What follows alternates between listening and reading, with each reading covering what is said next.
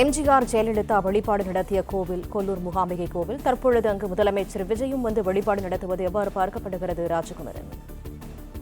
அரசியல் ரீதியாக இது ஒரு முக்கியத்துவம் கொண்ட ஒன்றாக பார்க்கப்படுகின்றது. ஏனென்றால் கொல்லூர் மூகாம்பி அம்மன் கோவில் என்பது வெற்றிக்குரிய ஒரு தெய்வமாக பார்க்கப்படுகின்றது. வெற்றியை தரக்கூடிய தெய்வமாக மட்டுமல்லாமல் கொற்றவை காளியாக வழிபடக்கூடிய பார்வதி தேவியினுடைய அங்கமாக இருக்கக்கூடிய மூகாம்பிகை, அதே போன்று வெற்றியை தக்க வைத்துக் கொள்வதற்கும் அறிவை தருவதற்குரிய ஒரு சரஸ்வதி தேவியின் அருளை தரக்கூடிய வகையிலான கோவிலாக இருக்கின்றது. எனவே இந்த திருக்கோவில் என்பது வெறும் ஆன்மீக தலம் அல்ல, இது ஒரு முக்கியமான அரசியல் தலம். கர்நாடக மாநிலத்தில் வழக்கமாக இந்த நிறைய மடங்கள் இருக்கும், மடங்கள் தான் கர்நாடகத்தினுடைய அரசியலை தீர்மானிக்கும் என்றெல்லாம் சொல்லுவார்கள். அதே போன்று இந்த கொல்லூர் மூகாம்பி அம்மன் கோவில் மற்றும் மிகப்பெரிய அளவில் பிரபலமான ஒரு கோவிலாக இருக்கின்றது. எம்ஜிஆர் ஜெயலலிதா உள்ளிட்டவர்கள் இந்த கோவிலுக்கு சென்று வழிபாடு நடத்தி இருக்கின்றார்கள். இங்கே இருக்கக்கூடிய அன்னை மூகாம்பிகை மகாலட்சுமியாக செல்வத்தையும் செல்வாக்கையும் தரக்கூடியவராக இருக்கின்றார். இங்க இருக்கக்கூடிய சரஸ்வதி தேவி அறிவை மட்டுமல்லாமல் அரசியல் சாணக்கியத்தனத்தை வழங்குவார் என்பதும் பக்தர்களால் நம்பப்படக்கூடிய ஒரு ஐதீகமாக இருக்கின்றது.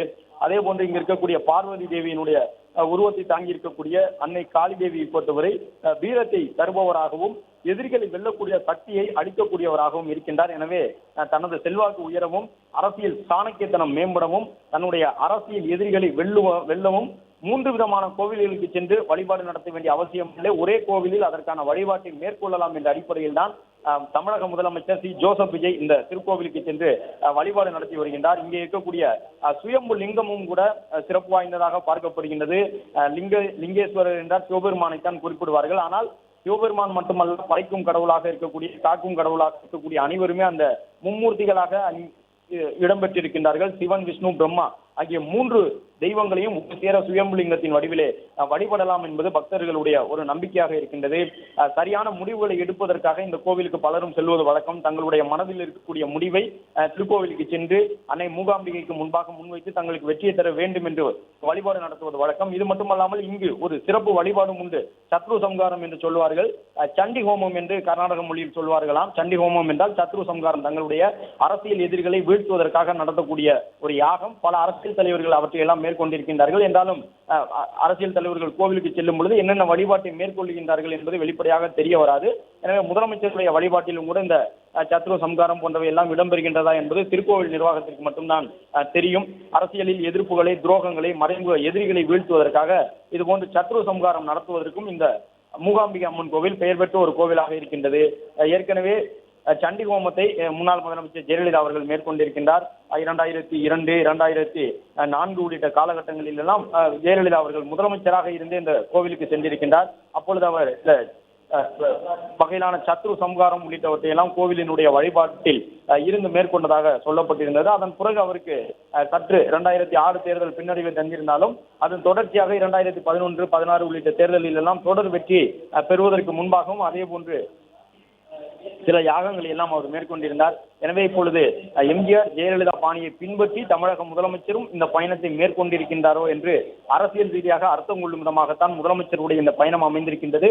கொல்லூர் மூகாம்பி அம்மன் கோவிலுக்கு முதலமைச்சர் சென்றிருக்கின்றார். பல ஆகம விதிகள் அங்கு கடுமையாக பின்பற்றப்படும்.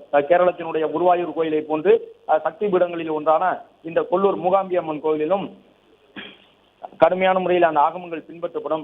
அதையெல்லாம் பின்பற்றி தற்போது இந்த வழிபாட்டை அவர் மேற்கொண்டிருக்கின்றார். எனவே முதலமைச்சரும் கூட சண்டி ஹோமம் என்று சொல்லப்படக்கூடிய அரசியல் எதிரிகளை வீழ்த்துவதற்கான சத்ரு சம்காரத்திற்கு பெயர் பெற்ற தலமாக இருக்கக்கூடிய கொல்லூர் மாகாளி என்று அழைக்கப்படக்கூடிய மூகாம்பிகை அம்மன் கோவிலிலே அந்த வழிபாட்டை மேற்கொள்வதற்கு வாய்ப்பு இருப்பதாக சொல்லப்படுகின்றது.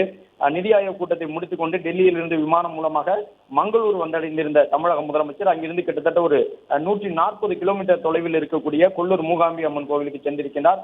உடுப்பியில் இருக்கக்கூடிய கொல்லூர் மூகாம்பி அம்மன் கோவிலை பொறுத்தவரை ஏற்கனவே குறிப்பிட்டவாறு கர்நாடகத்தில் இருந்து மட்டுமல்ல, தமிழ்நாடு உள்ளிட்ட பல்வேறு மாநிலங்களை சார்ந்த பக்தர்களும் வரக்கூடிய கோவில், அரசியல் தலைவர்கள் பலரும் வந்து செல்லக்கூடிய ஒரு கோவிலாக இருக்கின்றது. இந்த கோவிலை பொறுத்தவரை அரசியல் கட்சியினுடைய தலைவர்கள் ஆன்மீக ரீதியாக ஜோதிட காரணங்களுக்காக இந்த கோவிலுக்கு செல்வது வழக்கம் என்று சொல்லப்படுகின்றது. முப்பெரும் தேவியினுடைய வடிவமாக இங்கு அம்பாள் வீற்றிருக்கின்றார். அதே போன்று மும்மூர்த்திகளும் ஒற்றை லிங்கத்திலே இந்த கோவிலில் வீற்றிருக்கின்றார்கள். இங்கே எடுக்கக்கூடிய முடிவு என்பது கோவிலில் இருந்து யார் என்ன முடிவை எடுத்தாலும் அந்த முடிவு வெற்றி தரும் என்பதுதான் பக்தர்களுடைய நம்பிக்கை, ஐதீகம். புகழ்பெற்ற ஒரு சக்தி ஸ்தலமாக இந்த கோவில் வீற்றிருக்கின்றது. அதாவது அம்மனுக்கு என்று பெயர் பெற்ற கோவிலாக உடுப்பி மாவட்டத்தினுடைய கொடச்சத்திரி மலை அடிவாரம், அதாவது நம்முடைய மேற்கு தொடர்ச்சி மலையினுடைய மேற்கு சரிவு பகுதியில் அமைந்திருக்கக்கூடிய ஒரு கோவில். சௌபர்ணிகா என்கின்ற ஒரு நதிக்கரை, ஒரு ஜீவ நதியாக தாமிரபரணியை போன்று அந்த பகுதியிலே ஒரு வற்றாத நதி என்று புகழப்படக்கூடிய ஒரு நதி சௌபர்ணிகா நதி, அதனுடைய கரையில் அமைந்திருக்கக்கூடிய ஒரு கோவில். இந்த கோவிலில் தான் அம்பாள் 3 விதமான உருவங்களை தாங்கி நிற்கின்றால். வழக்கமாக மும்மூர்த்திகளும் ஒரே லிங்கத்தில் வழிபடக்கூடிய கோவில்கள் கூட உண்டு. ஆனால் லட்சுமி, சரஸ்வதி, அன்னை பார்வதி தேவி காளியினுடைய வடிவத்தில் என்று முப்பெரும் தேவியரும் ஒரே இடத்தில் வீட்டிலிருந்து அருள் பாலிக்கக்கூடிய ஒரு கோவிலாக இந்த கோவில் இருக்கின்றது என்பதுதான் இந்த கோவில் பல வகையில் சிறப்பு பெறுவதற்கும் அரசியல் முக்கியத்துவம் பெறுவதற்கும் பக்தர்களுடைய நம்பிக்கையை முழுவதுமாக நிறைவேற்றி கொடுப்பதற்கு காரணமாக இருப்பதற்கும் உள்ள கோவிலாக பார்க்கப்படுகின்றது.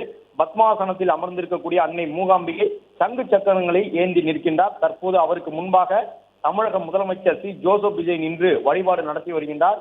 பழங்காலத்திலே கோல மகரிஷி இந்த இடத்திலே சிவனை நோக்கி தவம் செய்த பொழுதுதான் சுயம்புலிங்கம் உருவானது என்பது பக்தர்களுடைய நம்பிக்கையாக இருக்கின்றது. அந்த சுயம்புலிங்கத்தை தொடர்ந்துதான் முப்பெரும் தேவிகளும் அந்த இடத்திலே வந்து அமர்ந்தார்கள் என்றெல்லாம் சொல்லப்படுகின்றது. குறிப்பாக ஆதிசங்கரர் தமிழகத்தை இருந்து மட்டுமல்ல, கேரளா, கர்நாடகா உள்ளிட்ட மாநிலங்களில் இருக்கக்கூடிய பல்வேறு புனித தலங்களுக்கும் நடந்து சென்று தியானித்து அந்தந்த பகுதியில் பல திருக்கோவில்களை நிறுவியராக பார்க்கப்படுகின்றார். அந்த அடிப்படையில் தான் ஆதிசங்கரர் மூலமாக பிரதிஷ்டை செய்யப்பட்ட ஒரு தேவியாகவும் இந்த முப்பெரும் தேவியரும் பார்க்கப்படுகின்றார்கள். அன்னையினுடைய திருவுருவத்தை பார்த்த ஆதிசங்கரர் அந்த மலை அடிவாரத்திலேயே அன்னையை இடம்பெற செய்து வழிபாடு நடத்தி வருகின்றார் என்றெல்லாம் சொல்லப்படுகின்றது. எனவே அத்தகைய கோயிலில் தற்போது தமிழக முதலமைச்சர் சி ஜோசப் விஜய் வழிபாடு நடத்தி இருக்கின்றார். தன்னுடைய அரசியல் எதிரிகளை வீழ்த்துவதற்கு அரசியலில் தமிழக மக்கள் தனக்கு கொடுத்திருக்கக்கூடிய இந்த முக்கியத்துவத்தை தொடர்ந்து பெற்று வெற்றி பாதையில் நடைபெறுவதற்கு இந்த வழிபாட்டை அவர் மேற்கொண்டிருப்பதாக பார்க்கப்படுகின்றது. மூகாம்பிகை அம்மன் கோவிலை பொறுத்தவரை யார் சென்றாலும் அங்கே அம்பாளுக்கு முன்பாக நின்று, லிங்கத்திற்கு முன்பாக நின்று மும்மூர்த்திகளையும் வழிபட்டு திரும்புவது மட்டும் வழக்கம் கிடையாது. அந்த கோவில் வெறும் வழிபாடு மட்டுமல்ல, அங்கே சில பூஜைகளுக்கும் பெயர் பெற்றது. அந்த அடிப்படையில் தான் ஏற்கனவே குறிப்பிட்டவாறு அரசியல் எதிரிகளை வீழ்த்துவதற்காக நிறைய அரசியல் தலைவர்கள் இந்த கோவிலிலே சில பூஜைகளை மேற்கொள்வது வழக்கம். அந்த அடிப்படையில் முதலமைச்சருடைய இந்த பயணத்திலும் சிறப்பு பூஜைகள் இடம்பெற்று அதன் மூலமாக முதலமைச்சர் வழிபாடு நடத்துவதற்கான ஒரு வாய்ப்பு இருப்பதாக பார்க்கப்படுகின்றது. அரசியலில் வெற்றி பெற விரும்பக்கூடியவர்கள், அரசியலில் வெற்றியை தக்க வைத்துக் கொள்ள விரும்பக்கூடியவர்கள் எல்லாம் இந்த கோவிலுக்கு செல்வது வழக்கம்.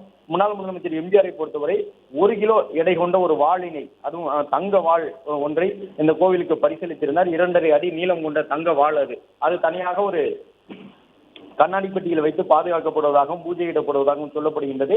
ஜெயலலிதா முதலமைச்சராக வருவதற்கு முன்பாக முன்னாள் முதலமைச்சர் என்ற முறையிலே அந்த கோவிலுக்கு சென்றபோது கூட எம்ஜிஆர் அவர்கள் வழங்கியிருந்த அந்த தங்க வாழினை கையில் ஏந்தி நின்று வழிபாடு நடத்தினார். அதன் பிறகுதான் அவருக்கு அரசியலிலே 2 வெற்றிகள் அடுத்தடுத்து கிடைத்தது என்றெல்லாம் அரசியல் ரீதியாக பல கருத்துக்கள் சொல்லப்படுகின்றன. பிளே ஸ்டோர் மற்றும் ஆப் ஸ்டோரில் இருந்து பாலிமர் செயலியை QR கோடு மூலம் பதிவிறக்கம் செய்யுங்கள். செய்திகளை உடனுக்குடன் பெறுங்கள்.